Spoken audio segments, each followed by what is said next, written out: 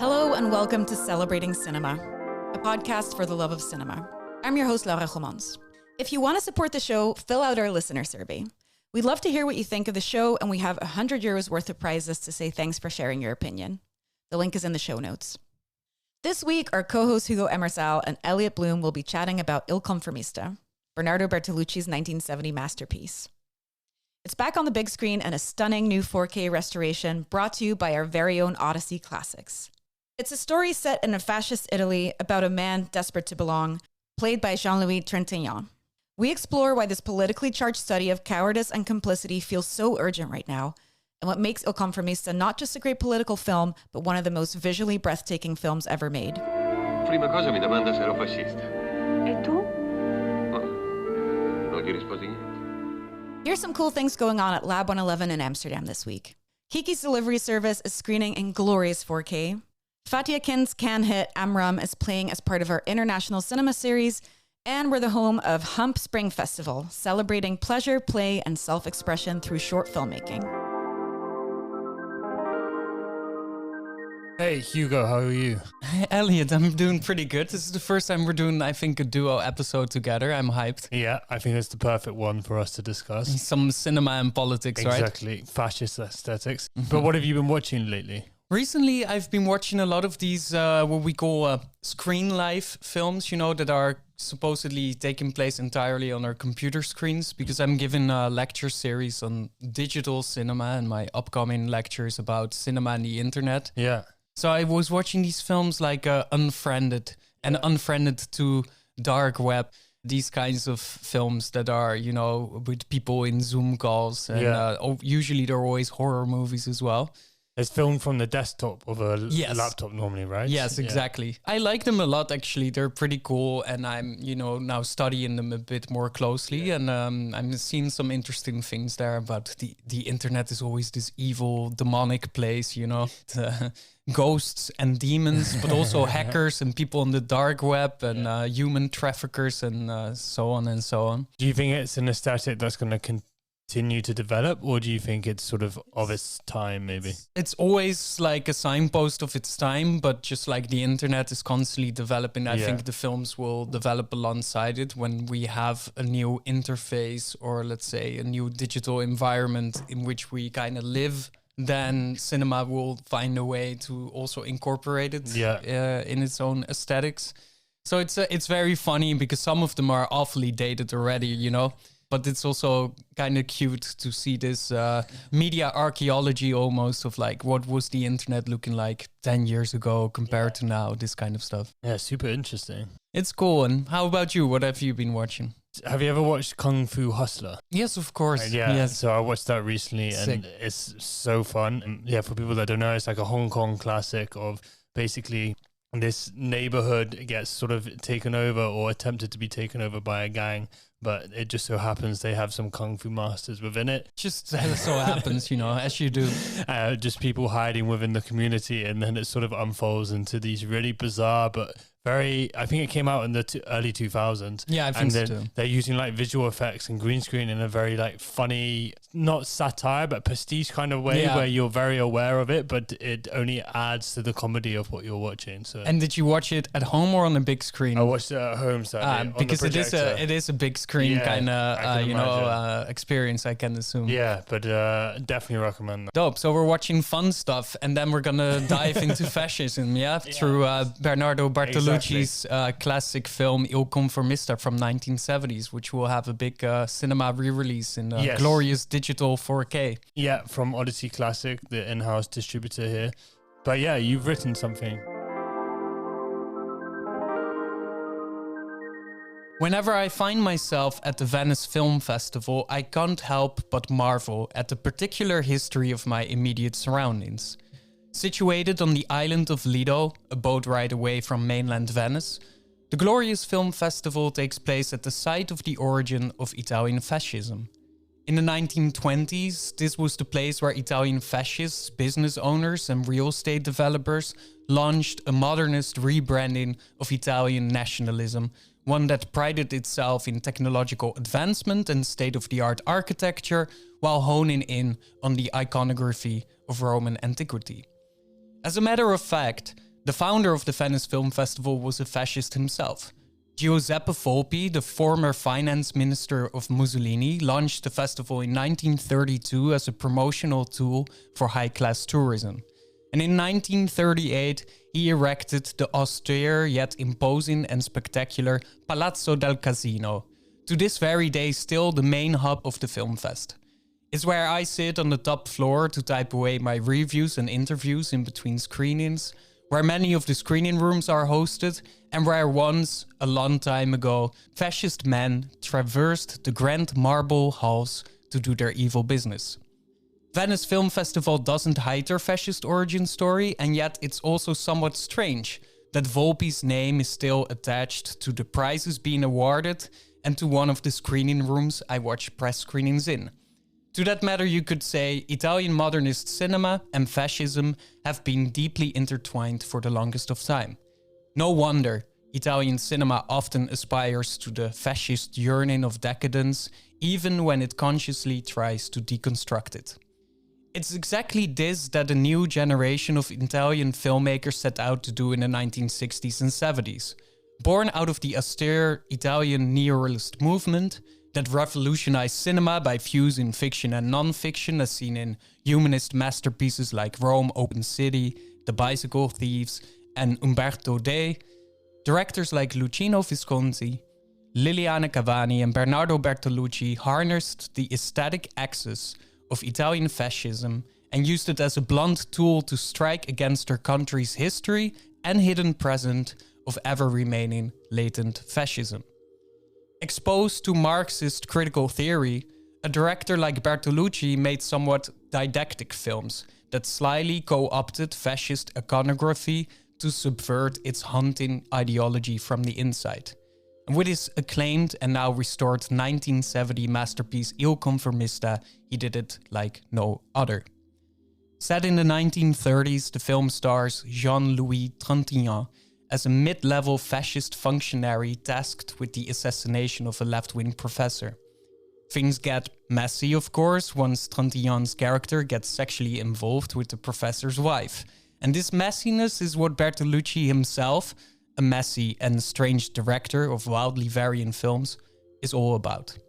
My films are built according to a mysterious stratification, he once said. That there is no separation of politics, psychoanalysis, language, means of production, etc.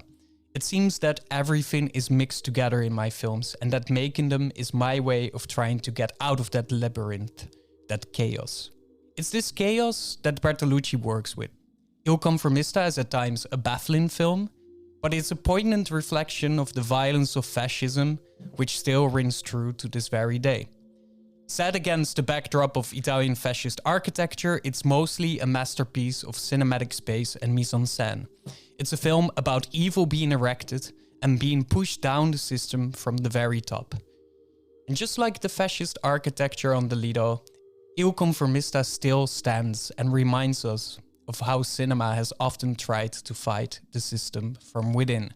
And in this episode of Celebrating Cinema, we revisit this cinematic side and discuss if Il Conformista still holds up more than 55 years after its initial release. Very good. Where to start? I didn't know that the Venice Film Festival was founded by a fascist. It's insane. Member, yeah. It's insane that many of these like high-profile film festivals have like a fascist or a Nazi past. Of course, the Berlinale had one as well. It's also no secret, but a couple of years ago, they did a deep investigation in the actual Nazi roots of this festival. Cannes itself, of course, during the 1930s also had a very murky moment. Yes, of course, where they even had screenings of, Riefenstahl films and so on and so forth.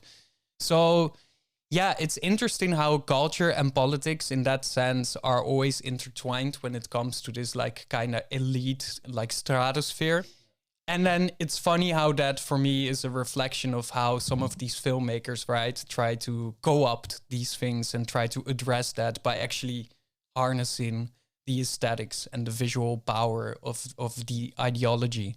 And that's, I guess, where Bernardo Bertolucci comes in very easily. You recently rewatched Il Conformista or watched it for the first time. I don't know. How was that? I watched it for the second time. what you were talking about, the mise en scène and architecture, you really see that and feel that in the film. So again, you were talking also about the austere nature of just that fascist aesthetics back in the 1930s.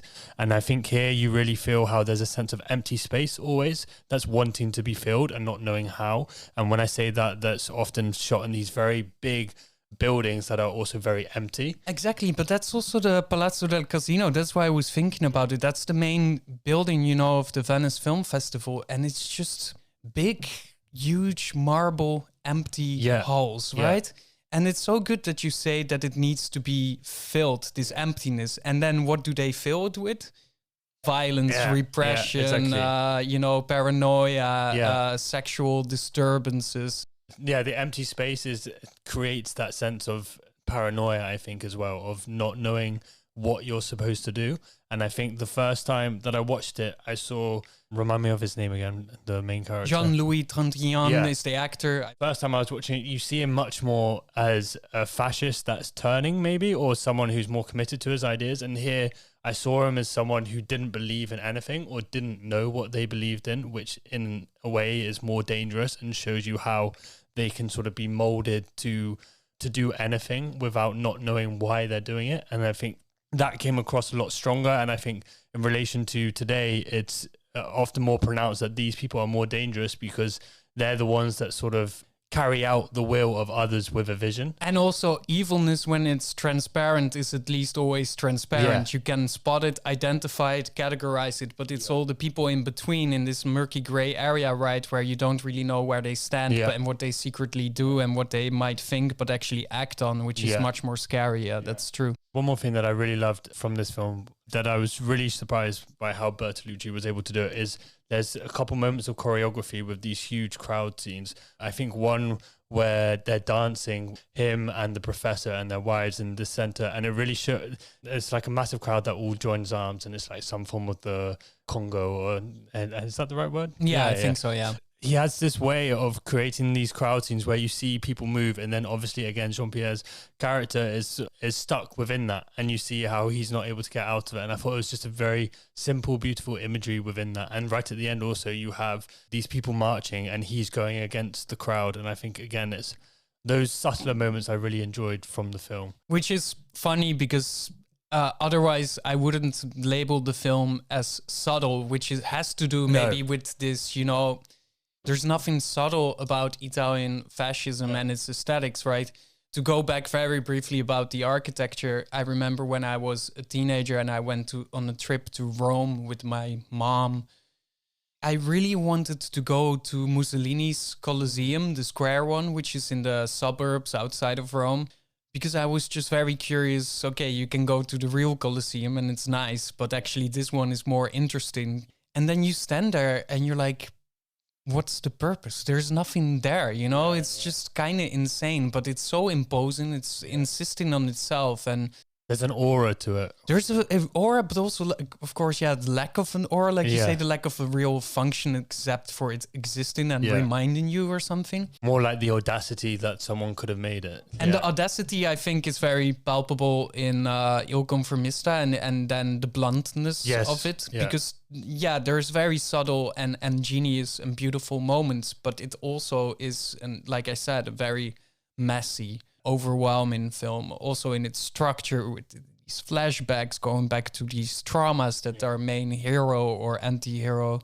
had, all of these weird asides, all of these jumps in kind of like style of cinematography. It just kind of bounces all over the place within these weird spaces. It's I always find it a jarring watch, which I think is incredibly intentional. You know, that's the effect that he wants you to feel. It feels schizophrenic, maybe. Which, again, I think is what I see a reflection of in these kind of societies, of like there being multiple selves that you don't quite know which define you, and then you lean into ones that perhaps give comfort. Because I feel like in this film, what it does is, again, we're talking about aura and stuff, there is a sense of perhaps that this character is drawn to the aesthetics and more the what it can offer. Like he feels like he can carry himself better by being part of something that in whatever way means something to society. Hi, we'd love to hear from you. We're currently running a quick survey about the podcast so we can constantly keep improving what works, what doesn't, what should we talk about. We have €100 worth of prizes, including merch, vouchers, and posters for 5 lucky entries to say thanks for giving your opinion. You can find a link to the survey in the show notes.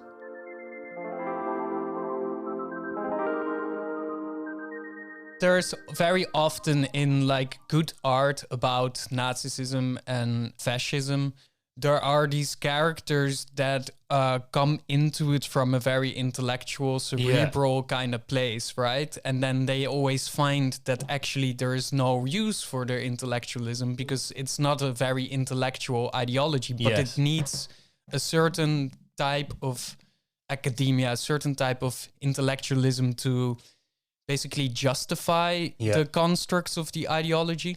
Like my favorite book of all time is The Kindly Ones by Jonathan Littell about a Nazi officer. I always describe it as Forrest Gump for Nazis because he's basically, he goes through the entire line of all the like upper echelons of the Nazi regime.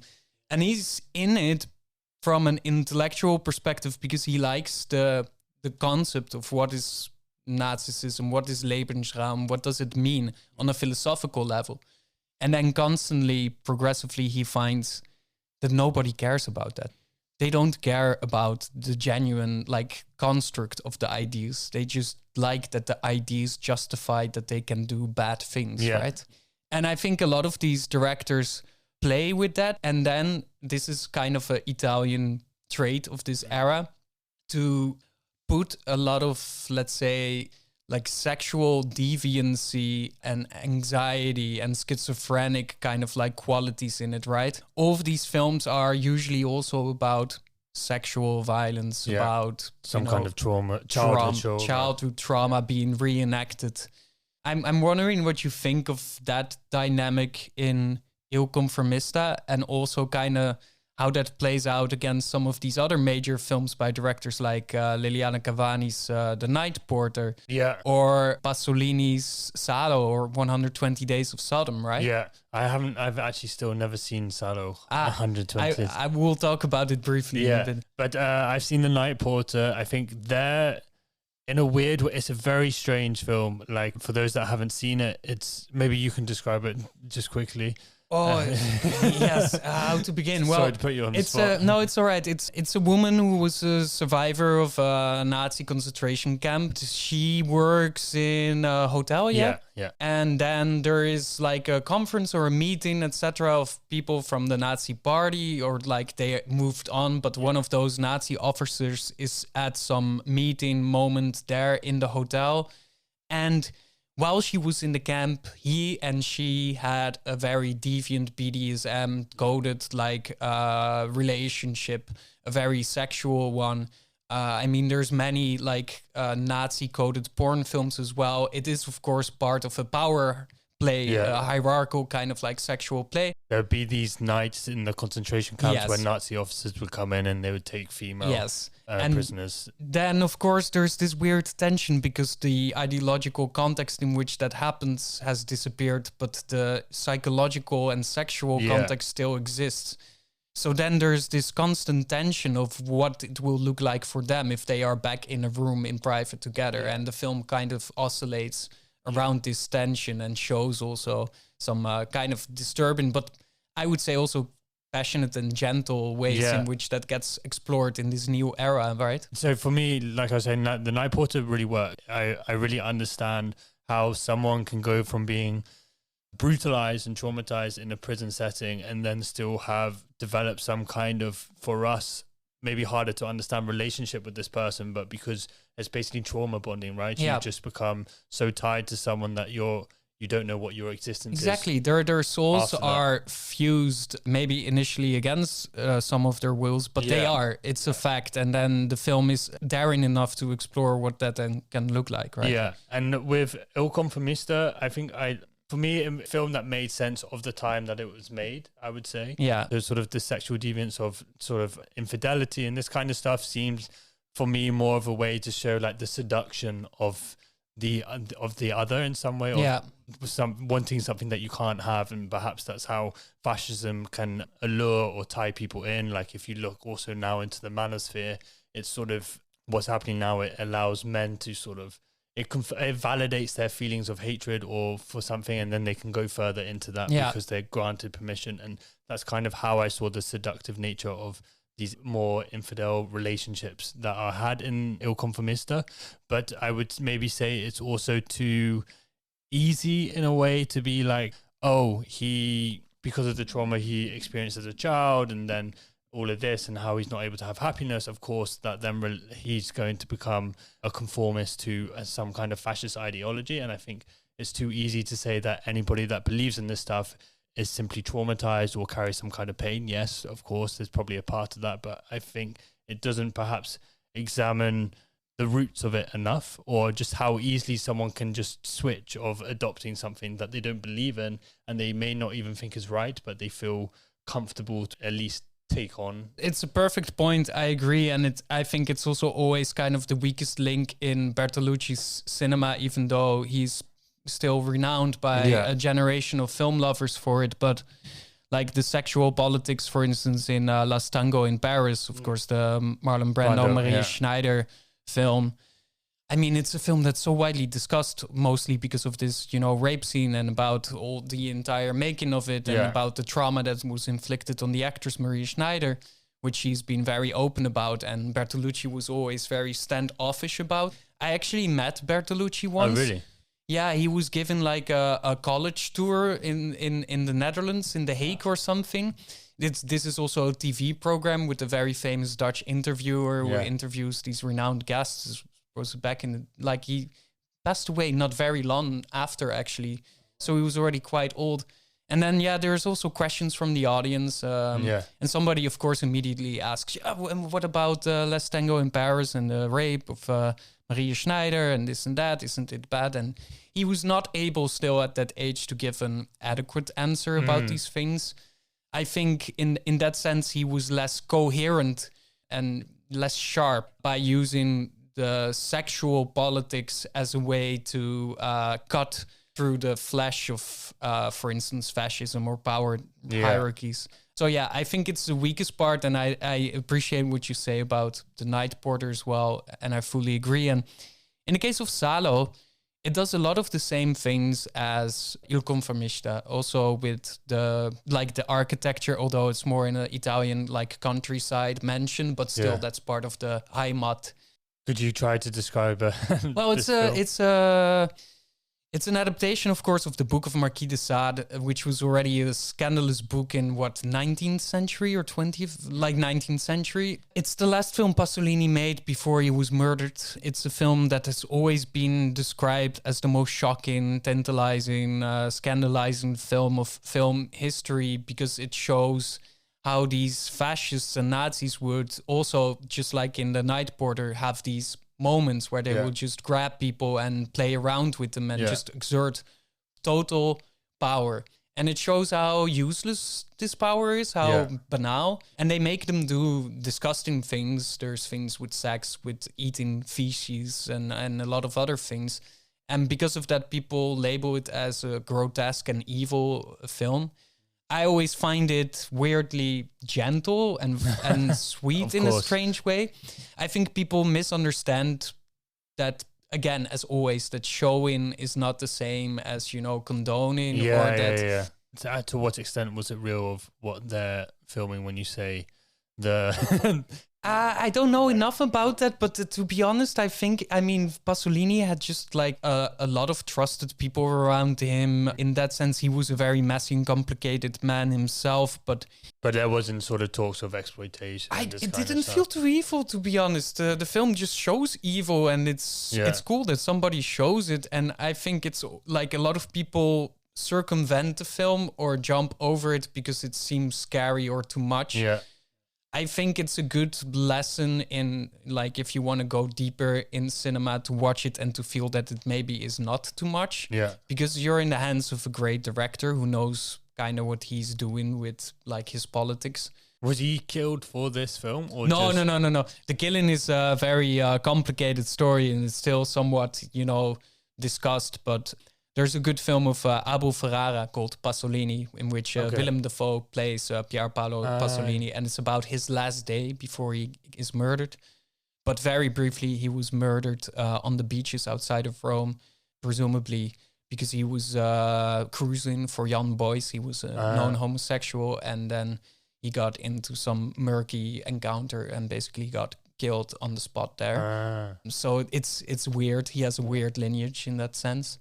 Again, you see, it's interesting that all these directors of this era really fully go into every aspect of it. Just like Il Conformista, it's doing a lot. We've been talking about sexual deviance and how these sort of sexual crimes, let's say, are form, as we discussed, of exerting power. And I think, of course, there is something there between fascist ideology and even authoritarianism. I mean, you can link it quite clearly to the Epstein files and to how Epstein, or to what Israel has been doing in Gaza. Exactly.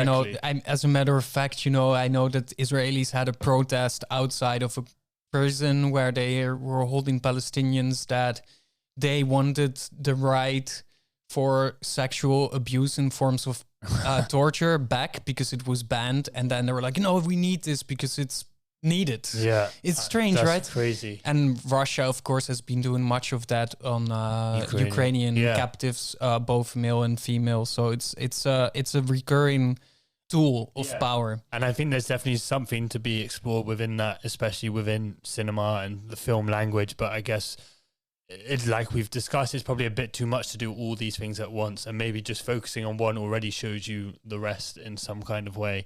But that's maybe why Il Conformista also still holds up, that if it would limit itself to just, for instance, the spaces and the things in it and how to fill it, it would maybe be too slight, because I like a film also that is messy, that goes all over the place.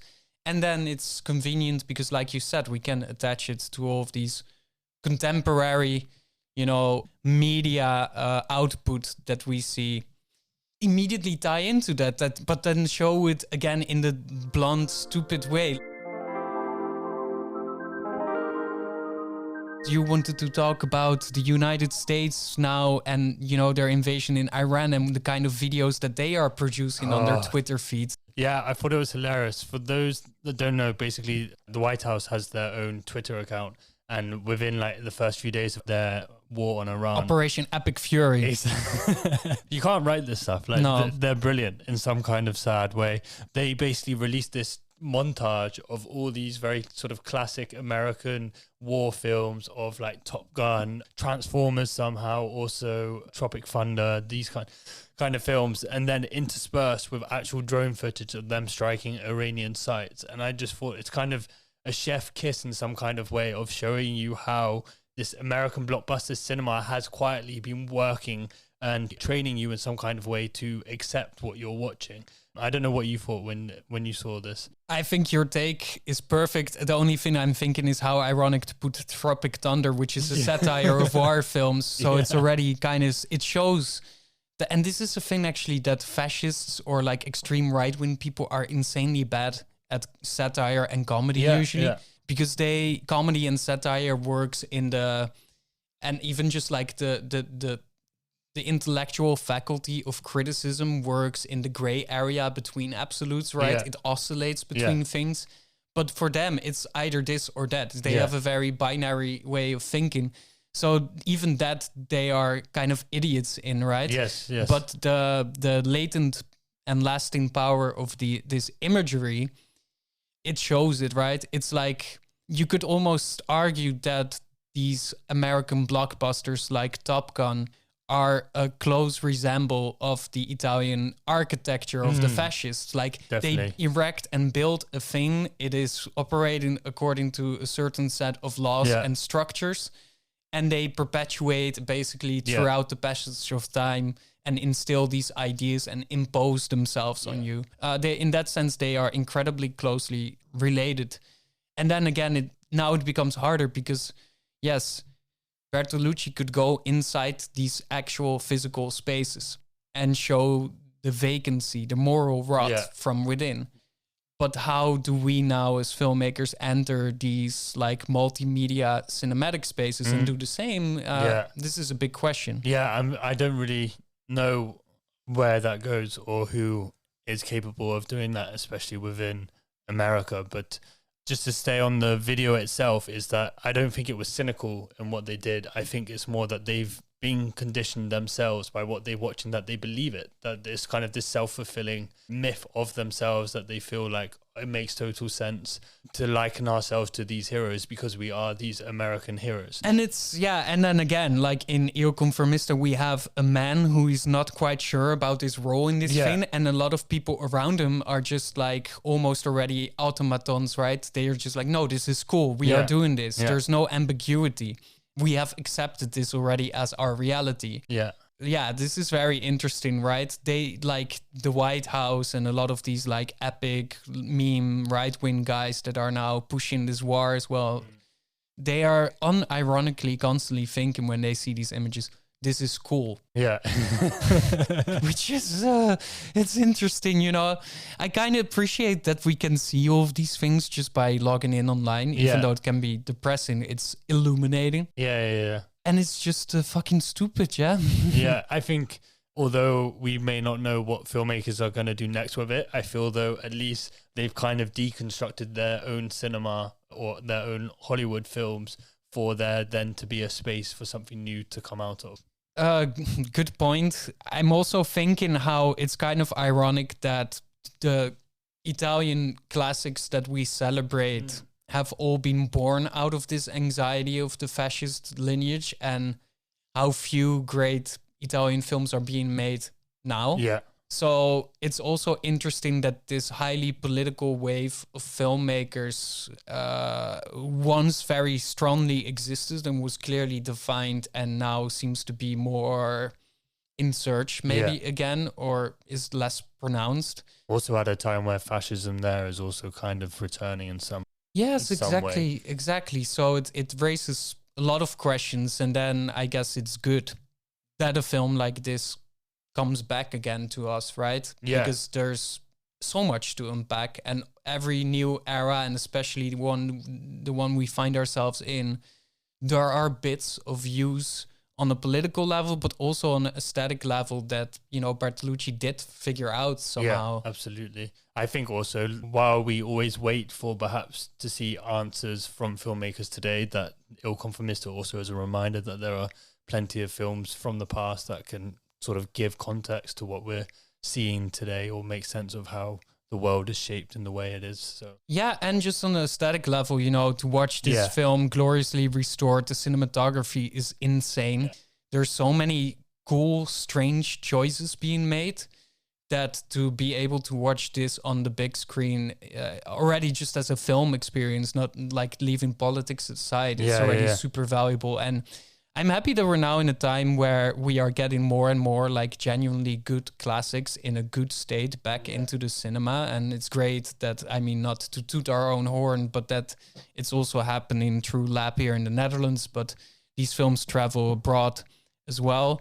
There's a lot of value there on so many layers. So I guess if we go back to my cold open, Il Conformista, does it hold up? yeah, more than definitely.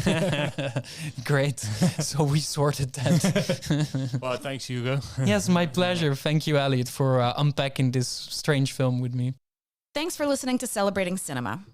The good news is that Il Conformista is screening right now at Lab 111 in this beautiful 4K restoration, and it deserves to be seen on the biggest screen you can find. Tickets are in the show notes or at lab111.nl. We'll see you next week, where we'll talk about Gus Van Zant's Dead Man's Wire, the quote-unquote Dom-Com Pillion, and the history of sound starring Paul Mescal and Josh O'Connor. Stay connected with us at Celebrating Cinema and Lab by following at Lab111 on Instagram and Letterboxd. If you love what we do, support us by leaving a review on your favorite podcast platform. It really helps us climb the ranks of the podcast charts. This was a Lab 111 production, edited and produced by Elliot Bloom, and co-produced by myself, Laura Gomans. Music comes from Hugo Emmerzael, and the artwork is by Studio FFF.